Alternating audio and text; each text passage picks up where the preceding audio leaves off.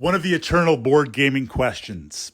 You've got your favorite game, that title, the expansions, the big box expansions, the small box expansions. It's a game that you regularly play, maybe a couple of times a month with your gaming group, or maybe even weekly. You are totally in. Maybe you even bought some custom tokens and dice. Everything is sleeved. Now that's a debate, to sleeve or not to sleeve. We'll put that aside for the moment. Second edition rolls out. Do you buy in or not? That's what we're going to explore in this vlog. And I found, being a board game enthusiast, there are some titles where I bought in entirely to new edition for a couple of reasons. And then there were titles where I love the title, I love the game. I'm not jumping in to second edition. It's not going to happen for a couple of reasons. And I mean that, despite being a completionist with poor impulse control. So I want to give an example in one of my titles in my collection and kind of bounce that around. So Runebound is one of my favorite games, and I do track all the games that I play. Runebound is up there as number one. Runebound second edition, I just find it to be a really amazing experience. I have most of the expansions. I got in a little bit late, being Fantasy Flight Games at the time. Even now, it wasn't really supported. But I've got a good amount. I've got enough Runebound content to visit for a long time, a significant time. I regularly play it. When Runebound 3rd edition was announced and released, I jumped right in.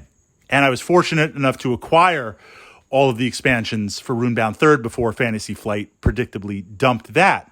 So the question was, what was the jump from 2nd to 3rd?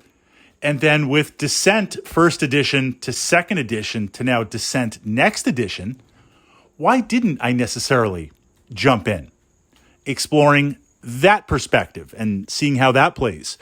So I find that if I enjoy a game and there's a new edition, and it's going to be a duality of the same content that I enjoy with a slight twist and some additional upgrades, then I'm usually pretty enthusiastic to jump in.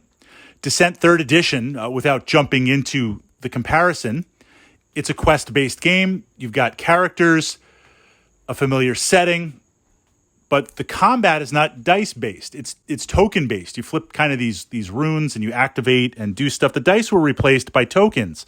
And what was interesting is as you acquire magic gear, it's not just a stat bump. You get to add actual tokens into your hand to cast out. It preserves the same flow of the game, but a slightly different novelty, a slightly different feel. I kind of like that because this way I'm still playing Descent, but it's not just the same update. It's doing something a little bit different. So if there's a new edition of the game and it adds something to the game to preserve the narrative but not break it, I like that. I'm also interested in expansions, whether we know what's coming out or not, because maybe it's going to cover things that, for whatever reason, weren't encountered in the previous edition. So in the case of Runebound, 2nd edition, 3rd edition, it's really kind of like Runebound Flavor 1, Runebound Flavor 2. I kind of view it as both. So if it fits that kind of perspective, yes. Now I realize gaming resources and time and space, we have to be a little bit selective. Descent, 2nd edition. Love it. Did not jump into Descent 3rd. In my mind, it is Descent 3rd, app-based or not. And it's a fine game, but for now, I'm okay. So with that, Descent 1st edition. Jumped in on that. Just 1st edition. At the time, that was kind of an interesting dungeon crawler. That was kind of an interesting type thing. It was basically like Fantasy TI, Fantasy Twilight Imperium, where you did not just sit down to casually play Descent 1st edition. Like, that was an epic experience. That's something that epically you're playing with your friends and exploring. It was one of the first Overlord type games where you've got that kind of dungeon crawl D&D experience and you're fighting against the other players. Fritz, that's called Hero Quest. I love Hero Quest.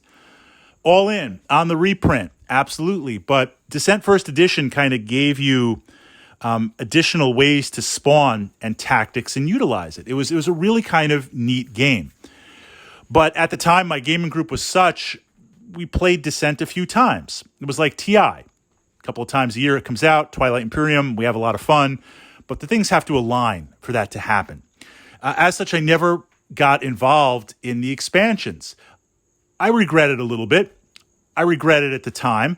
But jumping in when second edition came out, I felt like, hey, this is an improvement. I don't want to say improvement. I take that back because Descent First Edition is awesome.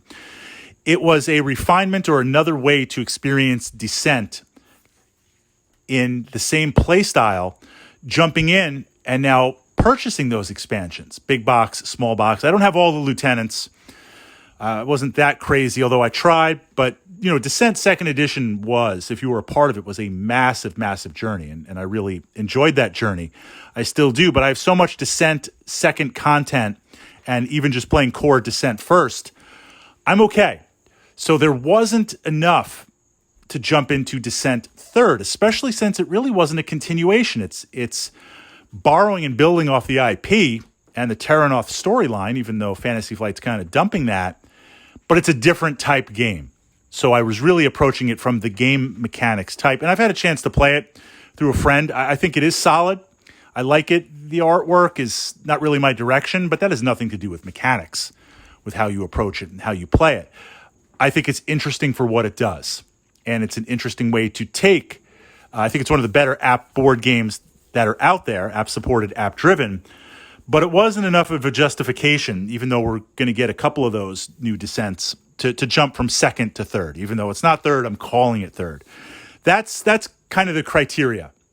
But certainly if it's a reissue, a rebuy, I don't need to buy all the stuff again if it's just minor updates or rules tweaks or clarifications. I don't really consider that a full edition upgrade.